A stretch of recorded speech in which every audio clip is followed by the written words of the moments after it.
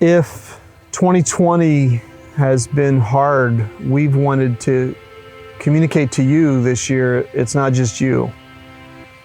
We've been talking for 7 weeks now about the loss of paces and paths, possessions, places, and people is very real this year, but one of our most treasured staff, Laura Buffington, teaching pastor here for a long time. Laura, you've had an extraordinary year. So tell Southbrook what's happened this year. Yeah, so it goes back a couple years ago. In 2018, both of my parents were diagnosed with awful things. We found out my dad had pulmonary fibrosis, which meant he had all this junk in his lungs that would make it harder and harder for him to breathe, and he would need more and more oxygen support. And then right around the same time, we found out my mom had Alzheimer's. And so I started just trying to show up and be as present with them as I could over these last couple years. Not too long ago, I moved to Columbus so that I could be right around the corner and we could do dinner together and just try and make it through together. And then in the spring, both of them qualified for hospice care, and it was pretty clear that they were getting weaker and just having a harder time making it through the days. And my dad passed away on July 1st. It was a very gentle last breath. He fell asleep on a Tuesday and was gone on Wednesday. And I spent July trying to hold my mom together. With her Alzheimer's, she couldn't have told you the whole detail of their life together or any of that, but she knew that we were her people. And so she knew she lost the man who made her laugh every day and made her feel safe in the world.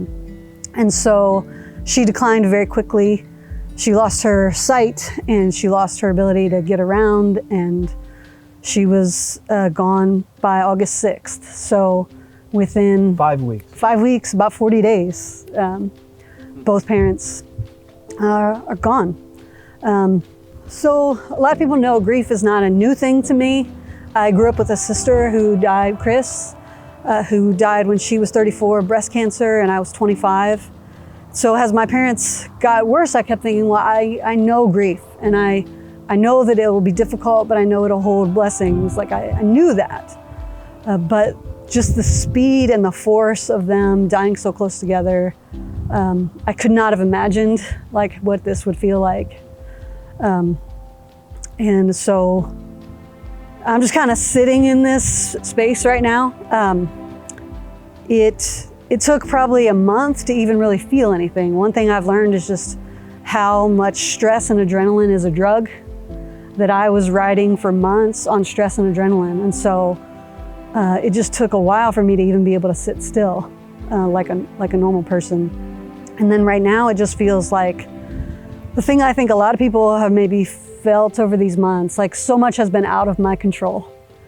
And so I just feel like a raw nerve all the time. You said you get angry easily. Yeah. Which is you. I mean, No, I just have, it's like a low grade rage, just like waiting. And it's little things. So it's like every red light feels like a personal attack. And you're just, fortunately we're all working at home, but if I had to, be in an office with people every day, it's like noise kind of sets me off. And it just, it feels like I'm just waiting on something to be mad about. And of course, I know enough to know that I'm mad that the people we love die. Like that's what I'm mad about. It just in the moment feels like it's the red light or the slow line at the grocery store or whatever. But it's really just this feeling like we can't control anything. And it feels so tangled. I think that's the hard part of having so much loss at once, is that it's like this tangled ball of Christmas lights that I can't. Very complicated. Yeah, I can't pull apart. It's like this feeling is connected to this thing, that's connected to this old loss. And when it's your parents, it's your own place in the world. And it had been so meaningful to me to be with them through this, and then to lose that purpose has been crushing. So, the thing for me is I know that eventually the last feeling standing will be gratitude. Like I know that when I untangle all the Christmas lights, that faith and hope and love will be the things that stay. I have that working list of the things that came out of this that were beautiful and holy and sacred. And I know that those will be the things that last longer than the shock and the rage and all that. But I can't. fast forward to that feeling.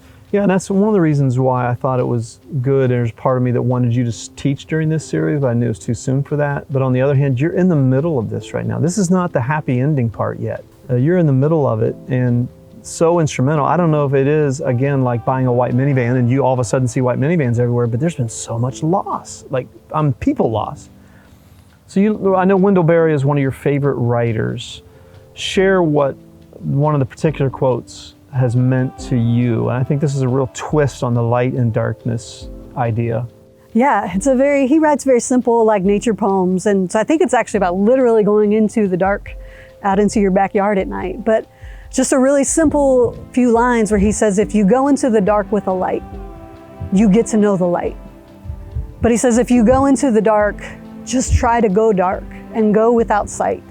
And he says, what you'll find is that the darkness blooms and sings.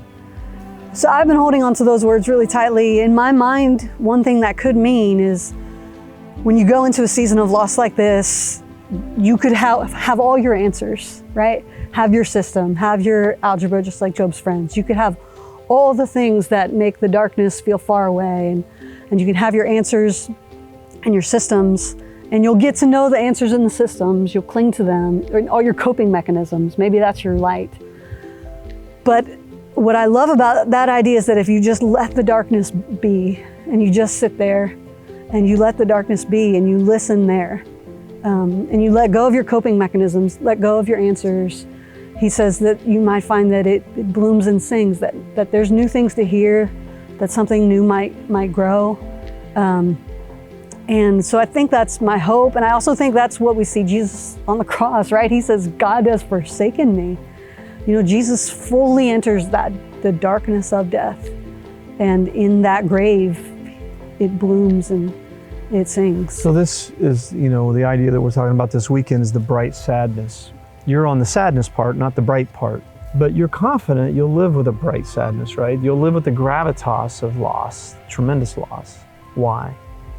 Why, if we use that phrase, why should you look forward to a bright sadness the rest of your life? The gravitas, but also the glow of depth. And I think in some ways I'm built for darkness. I have been built for it. And I think also I watched my parents live with loss.